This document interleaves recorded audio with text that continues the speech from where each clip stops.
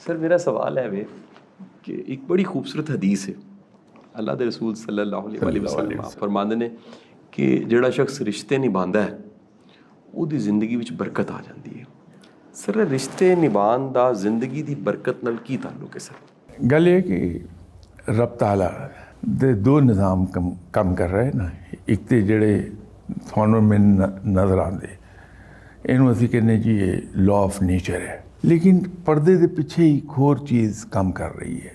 ਜਿਸ ਤਰ੍ਹਾਂ ਅਗਰ ਮੈਂ ਤੁਹਾਨੂੰ ਇਹ ਗੱਲ ਥੋੜੀ ਤੋਜੋ ਦਿਲਾ ਇਸ ਪਾਸੇ ਕਿ ਦੁਨੀਆ ਦਾ ਹਰ ਇਲਮ एक गल दसदा कि मैं जेब विच अगर मेरे 100 रुपया है मैं 50 रुपये तुहानूं दे दित्ते तो मेरी जेब विच पैसे इजाफा नहीं होया बल्कि कमी हो गई। ठीक है। जेब विच पहले 100 सी हुण 50 रह गए। ठीक है। लेकिन तजर्बा साडा सब दा ये है कि हर वो आदमी जिहड़ा दूसरिਆਂ ਦੀ खिदमत कर रहा है, क्योंकि मेरी अंडरस्टैंडिंग के मुताबिक असीं किसी नूं कुछ दे नहीं सकते। उसकी वजह है कि एक मोहताज आदमी किसी दूसरे मोहताज नूं की देगा। मैं तो खुद रब दा मोहताज तो मैं किसी नूं की दे सकदा। हाँ ये ज़रूर है कि जो कुछ मेरे रब ने मैनूं अता फरमाया मैं उहदे नाल दूसरे आदमी की खिदमत कर दियांगा। ठीक है। मैं खिदमत कर सकदा, दे नहीं सकदा।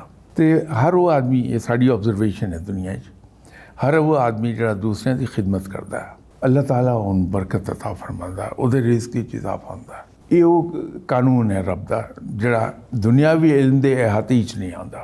इसी तरह जिहड़ा आदमी अपने रिश्ते निभांदा ओहदी उम्र विच भी बरकत है और ओहदी रिस्क विच भी बरकत है और मुसीबतां भी तो भी बचा रहिंदा। ठीक है। शायद उसकी वजह ये होएगी कि चूँकि आदमी अपने रिश्ते निभा रहा दूसरा ना, हर एक दी काम आ रहा, हर एक दी खिदमत कर रहा, जिसले किधरे उसका कोई काम पैंदा तो दूसरे खुशी नाल उसका काम उन बगैर दसे कर देंगे। इस तरह उहदी जिंदगी आसान हो जाती, उहदे च बरकत आ गई।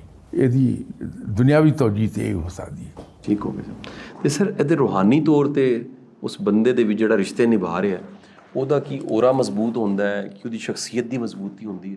ਉਹ ਤੇ ਹੋਣੀ ਹੈ। ਉਹਦੀ ਵਜ੍ਹਾ ਹੈ ਕਿ ਤੁਹਾਡਾ ਆਪਣਾ ਇੱਕ ਇਲੈਕਟ੍ਰੋਮੈਗਨੈਟਿਕ ਫੀਲਡ ਮੌਜੂਦ ਹੈ ਤੁਹਾਡੀ ਬੋਡੀ ਦੇ ਇਰਦ ਗਿਰਦ, ਉਹਨੂੰ ਤੁਸੀਂ ਔਰਾ ਕਹਿ ਲਓ। ਠੀਕ ਜੀ। ਜਿੰਨੀ ਸਾਡੀ ਸੋਚ ਪੋਜ਼ਿਟਿਵ ਹੋਏਗੀ, ਕਿਉਂਕਿ ਇਹ ਪੋਜ਼ਿਟਿਵ ਸੋਚ ਹੈ ਨਾ ਠੀਕ ਹੈ ਕਿ ਮੈਂ ਹਰ ਉਸ ਰਿਸ਼ਤੇਦਾਰ ਨਾਲ ਵੀ ਰਿਸ਼ਤਾ ਨਿਭਾਵਾਂ, ਦੋਸਤ ਨਾਲ ਵੀ ਨਿਭਾਵਾਂ ਜਿਹੜਾ ਮੇਰੇ ਨਾਲ ਤੋੜੇ। ਇਹ ਮੇਰੀ ਪੋਜ਼ਿਟਿਵ ਥਿੰਕਿੰਗ ਹੈ। ਇਹ ਪੋਜ਼ਿਟਿਵ ਥਿੰਕਿੰਗ ਜਿਹੜੀ ਹੈ ਇਹ ਸਟਰੈਂਥਨ ਕਰੇਗੀ ਮੇਰੇ ਉਸ ਇਲੈਕਟ੍ਰੋਮੈਗਨੈਟਿਕ ਫੀਲਡ ਨੂੰ ਜਿਹੜਾ ਮੇਰੀ ਬੋਡੀ ਦੇ ਇਰਦ ਗਿਰਦ ਹੈ। ਠੀਕ ਹੈ। ਇਸ ਮੌਜੂ 'ਤੇ ਮੇਰੇ ਤੁਹਾਡੇ ਦਰਮਿਆਨ ਖਾਸੀ ਤਫਸੀਲ ਨਾਲ ਗੱਲ ਹੋਈ ਸੀ ਕਿ ਹਿਊਮਨ ਬੋਡੀ 'ਚ ਇੱਕ ਸਟੈਟਿਕ ਚਾਰਜ ਹੈ ਜਿਹੜਾ ਵੈਰੀ ਕਰਦਾ 3 to 5 ਵੋਲਟ। ਉਹਦੇ ਨਾਲ ਇਲੈਕਟ੍ਰੋਮੈਗਨੈਟਿਕ ਫੀਲਡ ਕਾਇਮ ਹੁੰਦਾ। ਇਹ ਸਟਰੋਂਗ ਹੁੰਦਾ ਜਾਂਦਾ ਜਦੋਂ ਅਸੀਂ ਪੋਜ਼ਿਟਿਵ ਸੋਚਾਂ 'ਚ ਜਾਂਦੇ ਹਾਂ। ਠੀਕ ਹੈ। ਔਰ ਉਹਦਾ ਨਤੀਜਾ ਇਹ ਹੁੰਦਾ ਕਿ ਜਿੱਥੇ ਵੀ ਉਹ ਬੰਦਾ ਜਾਏਗਾ ਸਾਹਮਣੇ ਵਾਲੇ ਆਦਮੀ ਦੇ ਉੱਤੇ ਉਹਦੀ ਵਾਈਬ੍ਰੇਸ਼ਨਸ ਐਸੀਆਂ ਪੋਜ਼ਿਟਿਵ ਪੈਂਦੀਆਂ ਕਿ ਉਹਨੂੰ ਵੈਲਕਮ ਕਰੇਗਾ, ਨਾ ਚਾਹੁੰਦੇ ਉਹਦੇ ਕੰਮ ਕਰ ਦੇਗਾ। ਤੁਸੀਂ ਆਪਣੀ ਮਿਸਾਲ ਲੈ ਲਓ, ਤੁਸੀਂ ਜਾਣਦੇ ਹੋ ਲੋਕਾਂ ਕੋਲ ਇਹ ਜ਼ਰੂਰੀ ਨਹੀਂ ਕਿ ਹਰ ਇੱਕ ਆਦਮੀ ਦੀ ਤੁਸੀਂ ਖਿਦਮਤ ਕਰ ਰਹੇ ਹੋ, ਹਰ ਇੱਕ ਆਦਮੀ ਨੂੰ ਤੁਹਾਡੇ ਕੋਲ ਫਾਇਦਾ ਪਹੁੰਚ ਰਿਹਾ, ਲੇਕਿਨ ਉਹ ਤੁਹਾਨੂੰ ਬੜਾ ਵੈਲਕਮ ਕਰੇਗਾ ਓਪਨ ਆਰਮਸ ਨਾਲ। ਉਹ ਇਹ ਹੈ ਕਿ ਜਿਸਲੇ ਪੋਜ਼ਿਟਿਵ ਥਿੰਕਿੰਗ ਹੋ ਜਾਂਦੀ ਬੰਦੇ ਦੀ, ਉਹਦਾ ਔਰਾ ਉਨਾ ਹੀ ਜ਼ਿਆਦਾ ਮਜ਼ਬੂਤ ਵੀ ਹੋ ਜਾਂਦਾ ਔਰ ਦੂਰ ਤੱਕ ਜਾਂਦਾ ਹੈ। ਵਾਈਬ੍ਰੇਸ਼ਨ ਬੜੀ ਦੂਰ ਤੱਕ ਜਾਂਦੀਆਂ ਹੁੰਦੀਆਂ ਤੇ ਉਹਦੇ ਨਾਲ ਇਨਸਾਨ ਵਿੱਚ ਬਰਕਤ ਆਉਂਦੀ ਹੈ। आखिरी छोटी सी चीज़ सर मैं पूछना चाहूँगा कि ये औरा महसूस किया जा सकता है? यकीनन अगर आदमी सामने बैठा बंदा अगर वो स्पिरिचुअली पावरफुल है, उसकी जहनी सैल्स इन्ने बेदार है, वो देख भी लैगा। कई लोग थोड़ा कह देंगे कि थोड़े सिर दे इर्द गिर्द एक औरा है, वो औरा सिर्फ महसूस ही नहीं होता, वो नज़र भी आ जाता है। शर्त है कि सामने वाला बंदा उसकी अपनी कैफियत की है। ਇਹ ਸਰ ਜਿਹੜੀ ਫਿਰ ਆਖਰੀ ਮੈਂ ਗੱਲ ਚਾਹਾਂਗਾ ਸਰ, ਇਨਸਾਨੀ ਖਿਆਲ ਦੀ ਮਿਲਾਵਟ ਹੈ ਪਰਖਦੇ ਹਾਂ ਤੋਂ ਬਚਿਆ ਜਾ ਸਕਦਾ ਸਰ?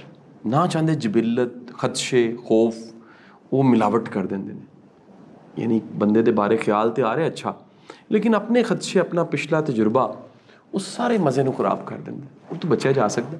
ਬੜੀ ਮਿਹਨਤ ਦੇ ਬਾਅਦ, ਵਰਨਾ ਇਹ ਇਨਸਾਨੀ ਜਬਿਲਤ ਵਿੱਚ ਹੈ ਕਿ ਅਸੀਂ ਨੈਗੇਟਿਵ ਸਾਈਡ ਉੱਤੇ ਜ਼ਰੂਰ ਜਾਵਾਂਗੇ। ਵੈਸੇ ਦੁਨਿਆਵੀ ਤੌਰ 'ਤੇ ਸਾਡੀ ਟ੍ਰੇਨਿੰਗ ਇਹ ਹੁੰਦੀ ਹੈ ਨਾ ਕਿ ਅਸੀਂ ਪਿਕਚਰ ਦੇ ਦੋਨੋਂ ਪਹਿਲੂ ਪਹਿਲੇ ਦੇਖੀਏ। ਠੀਕ ਹੈ ਸਰ। ਔਰ ਪ੍ਰੋਫੈਸ਼ਨ ਵਿੱਚ ਤੇ ਟ੍ਰੇਨਿੰਗ ਹੋ ਜਾਂਦੀ ਕਿ ਨੈਗੇਟਿਵ ਸਾਈਡ ਪਹਿਲੇ ਦੇਖੋ। ਜਿਸਲੇ ਅਸੀਂ ਪਲਾਨ ਕਰਦੇ ਹਾਂ ਠੀਕ ਸਰ। ਤੇ ਪਲੈਨਿੰਗ ਸਾਡੀ ਜਿਹੜੀ ਹੈ ਉਹਦੀ ਐਜ਼ੰਪਸ਼ਨ ਜਿਹੜੀ ਬੁਨਿਆਦੀ ਹੈ ਉਹ ਇਹ ਹੁੰਦੀ ਕਿ in case we fail what will happen. ਸਭ ਤੋਂ ਪਹਿਲੇ ਅਸੀਂ ਉਹਨੂੰ will take care of that, positive side ਫੇਰ ਲਵਾਂਗੇ।